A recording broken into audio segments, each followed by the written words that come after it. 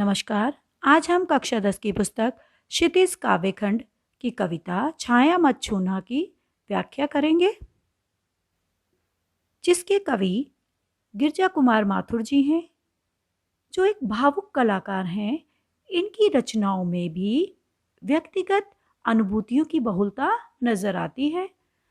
छाया मत छूना कविता मानव जीवन के संदर्भों से जुड़ी हुई है। इस कविता में कवि ने मानव जीवन के इस सत्य की व्याख्या की है कि जीवन में सुख और दुख दोनों ही होते हैं।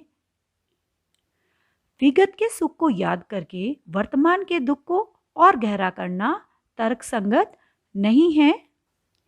छाया मत छूना, मन होगा दुख दूना। छाया भ्रम, दुविधा, दूना दुगना। कवि कहते हैं कि अतीत में भोगे हुए सुख को याद मत करो, इससे तुम्हें दुख ही प्राप्त होगा। छाया से तात्पर्य है उनका अतीत की सुखद बातें। कहते हैं बीती हुई यादों को याद करने से जो हमारा दुख है वो और अधिक बढ़ जाएगा, वो कम नहीं होगा बल्कि और अधिक बढ़ जाएगा।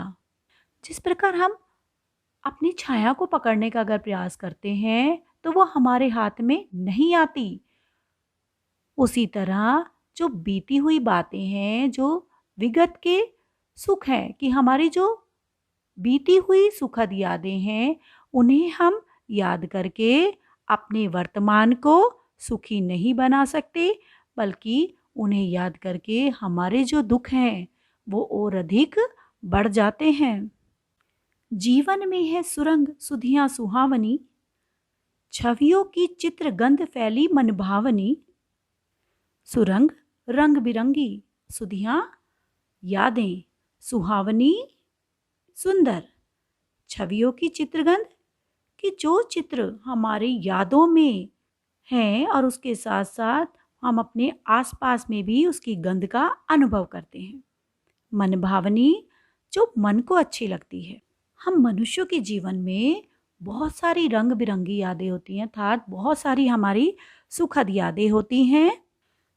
जो हमारे अपने होते हैं, हमें प्रिय होते हैं, उनकी यादें चित्र रूप में हमारे मन के अंदर छिपी होती हैं और उन यादों की, उन छवियों की जो झलक होती है वो हमारे आसपास सदा एक सुगंध के रूप में हमारा मन मोहती रहती है। वो हमें बहुत अच्छी लगती हैं कि जब हम उन्हें याद करते हैं वो चित्र हमारे आँखों के समक्ष आ जाते हैं और ऐसा लगता है कि जैसे उनकी जो सुगंध है वो हम अपने आसपास ही महसूस करने लगते हैं। तन सुगंध शेष रही बीत गई यामिनी, कुंतल के फूलों की याद बनी चांदनी। तन सुगंध शरीर की सुगंध, शेष बाकी यामिनी तारों भरी चांदनी रात, कुंतल लंबे बाल।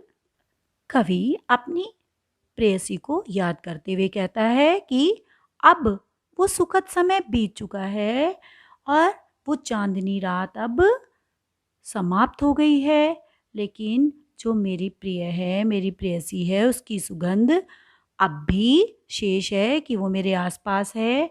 वो अपने प्रेयसी के साथ बिताए हुए समय को याद करता है और कहता है कि अब तो वो तारों से भरी सुंदर चांदनी रात बीत गई है, अब तो केवल वो फूल की सुगंध की तरह उनकी यादें ही बची हैं।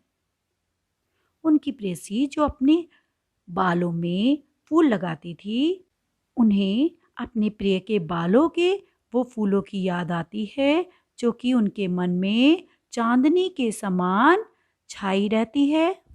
भूली सी एक छुअन बनता हर जीवित क्षण, छुअन स्पर्श। वो कहते हैं कि थोड़ा सा भी अगर मैं उन बातों को याद कर लेता हूँ तो वो पल जीवित होकर मेरे सामने आ जाते हैं। छाया मत छूना, मन होगा दुख दूना। कवि कहते हैं कि जो अतीत की सुखद स्मृतियां हैं, छाया के समान हैं जो, और वो बीत चुकी हैं, वो वापस नहीं आ सकती। तो इस समय अपने वर्तमान को जियो। उसमें अगर तुम अपने अतीत की उन सुखद स्मृतियों को याद करोगे तो तुम्हारा दुख जो है वो और अधिक बढ़ जाएगा। यश है या न वैभव है, मान है न सरमाया, जितना ही दौड़ा तू उतना ही भरमाया। सरमाया पूंजी, भरमाया भ्रम में पड़ना। वे कहते हैं मेरे जीवन में ना तो शान शौकत है, ना धन दौलत है, ना ही मान सम्मान है, और किसी प्रकार की कोई पूंजी नहीं है। इस श्रेष्ठता और प्रभुता की प्राप्ति की इच्छा तो केवल ऐसा है कि जैसे धोखे के पीछे भाग रहे हो। अर्थात हम चाहे कितना भी यश, मान, धन दौलत प्राप्त कर लें, लेकिन जब तक हमारे मन में संतुष्टि नहीं होती, तब तक इतना सब पाने के बाद भी हमारे मन को शांति नहीं मिलती। हम कितने भी बड़े ऊंचे पद पर पहुंच जाएं, प्रतिष्ठित हो जाएं, लेकिन तब भी हमें ऐसा लगेगा कि हमने कुछ प्राप्त नहीं किया है, अभी हमें और प्राप्त करना है, और हम इस भ्रम के पीछे ही भागते रहते हैं। प्रभुता का शरण बिंब केवल मृग तृष्णा है। प्रभुता का शरण बिंब यानी बड़प्पन का एहसास होना, मृग तृष्णा धोखा। उनका मानना है कि जो धन दौलत मान सम्मान है वो एक मृग तृष्णा के समान, एक छलावे के समान ही है, जो मनुष्य को भ्रमित करता रहता है। जिस प्रकार रेगिस्तान के रेत में जब धूप चमकती है तब हिरन को क्या लगता है कि वो सामने पानी है, और वो उसे पानी समझकर उसकी तरफ भागता है, और जैसे जैसे वो उसके पास आता जाता है तब उसे समझ में आता है कि यह पानी नहीं है, यह तो सिर्फ उसका क्या है, भ्रम है। उसी प्रकार जो बड़प्पन की मृग तृष्णा है, प्रभुता है, वो इस मृग तृष्णा के समान ही है, क्योंकि इसे प्राप्त करने पर भी मन को संतुष्टि नहीं मिलती है। हर चंद्रिका में छिपी एक रात कृष्णा है, जो है यथार्थ कठिन उसका तू कर पूजन।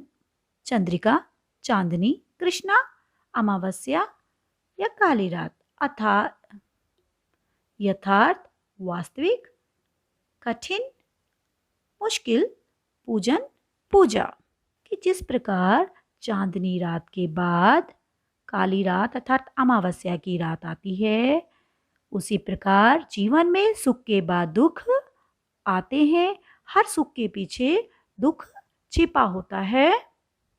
तो हमें अतीत को याद करने के स्थान पर वर्तमान को सुखी बनाने का प्रयास करना चाहिए। अर्थात कवि हमें यथार्थ का सामना करने की सीख देते हैं कि अतीत की याद करने के स्थान पर हमें वर्तमान को सुखी बनाने का प्रयास करना चाहिए। कि जो समय के हमारे सामने परिस्थितियां हैं, हमें उनका मुकाबला करना चाहिए। उनसे हमें डरकर या उनसे घबराकर अपने अतीत को याद करते रहना नहीं चाहिए। छाया मत छूना, मन होगा दुख दूना। वे कहते हैं दुख व निराशा की घड़ियों में बीते हुए सुखों को याद मत करो, क्योंकि ऐसा करने से जो वर्तमान के दुख हैं वो और अधिक बढ़ जाएंगे। दुविधा हत साहस है, दिखता है पंथ नहीं, देह सुखी हो पर मन के दुख का अंत नहीं। दुविधा हत साहस, साहस होते हुए भी दुविधा में रहना, पंथ रास्ता। वे कहते हैं मनुष्य सदा दुविधा में फंसा रहता है।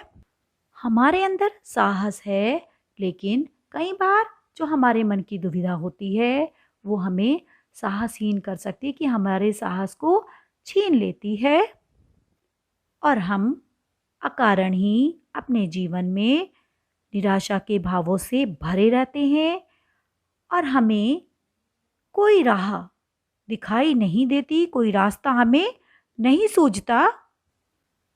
जीवन में उसे जो कुछ भी प्राप्त होता है, उससे उसको देह का यानी शरीर का सुख, उसका शरीर तो स्वस्थ हो सकता है, लेकिन उसका मन संतुष्ट नहीं हो पाता कि उस भौतिक धन दौलत से हम शारीरिक सुख तो प्राप्त कर सकते हैं, लेकिन हमारे मन के अंदर जो दुख हैं उनका अंत हम उससे नहीं कर सकते।